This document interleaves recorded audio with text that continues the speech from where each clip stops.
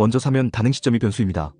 많은 전문가들은 올해 2025년은 이르다, 최소 1년은 복역해야 한다며 2026년 지방선거 전후를 조국 사면 시기의 분기점으로 보고 있습니다. 만약 2026년 지방선거 전에 조국 전 장관이 사면 복권된다면 민주당은 호남 등 기존 강세 지역에서 결집력 강화로 이득을 볼 수 있습니다. 예컨대 전남 전북지사 선거나 기초단체장 선거에서 민주당 지지층 투표율을 끌어올리는 요인이 될 수 있습니다.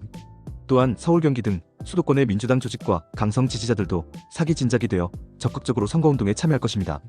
다만 수도권의 중도층 유권자가 많은 지역, 서울시장, 경기지사 선거 등에서는 조국 사면으로 인한 역풍이 불 수 있습니다. 국민의힘은 틀림없이 민주당이 또 내로남불했다며 서울 등지에서 공정 이슈로 여론전을 펼칠 것이고 이는 중도층 표심에 악영향을 줄 것입니다. 결국 민주당은 일부 핵심 지역 강화돼 스윙 지역 약화라는 엇갈린 효과를 경험할 가능성이 있습니다.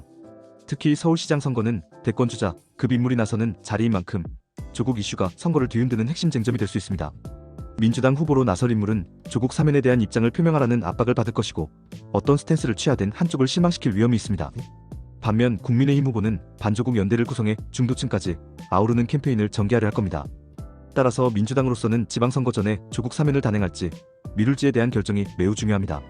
한 가지 시나리오로 민주당이 지방선거 전에 사면을 하지 않고 참을 경우 혁신당 등 강성 지지층이 독자 노선을 취해 지방선거에서 후보 단일화의 균열이 생길 수 있습니다. 실제 혁신당은 지선 전까지 사면 없다면 민주당과 경쟁 불가피라고 언급하고 있어 사면이 지연될 경우 서울 경기 일부 지역에 혁신당 후보 출마 등으로 표 분산이 일어날 가능성이 있습니다. 이는 민주당에 치명적입니다. 반대로 사면을 해서 강성층을 달랬더니 수도권 중도층이 떨어져 나가는 딜레마도 있습니다. 결과적으로 2026 지선을 앞두고 민주당 지도부는 조국 사면으로 인한 득실을 지역별로 정밀하게 타산해야 합니다. 소폭의 결집 효과보다 중도층 이탈 피해가 크다고 보면 지선 이후로 미루는 결단을 할 수도 있고 반대로 지선 승리를 위해서라도 과감히 사면하고 혁신당과 선거 연대를 공고히 할 수도 있습니다. 어떤 선택을 하든 조국 사면 이슈는 26년 지선을 요동치게 할 잠재 변수임은 분명합니다. 2027년 총선 제22대 국회의원 선거, 2027년 4월 예정된 총선은 정권 재창출 여부를 가늠하고 차기 대선을 앞둔 전초전입니다.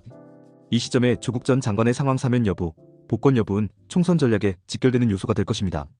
만약 2026년까지 사면이 이루어져 조국 전 장관이 정치 활동을 재개했다면 2027년 총선에서 민주당의 얼굴 중 하나로 참여할 가능성이 있습니다.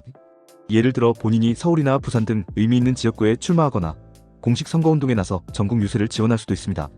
조국 전 장관이 출마한다면 해당 지역에서는 엄청난 전국적 관심이 쏠리며 그의 지지층 대 반대층의 대결 구도가 형성될 겁니다. 영상이 도움되셨다면 구독과 좋아요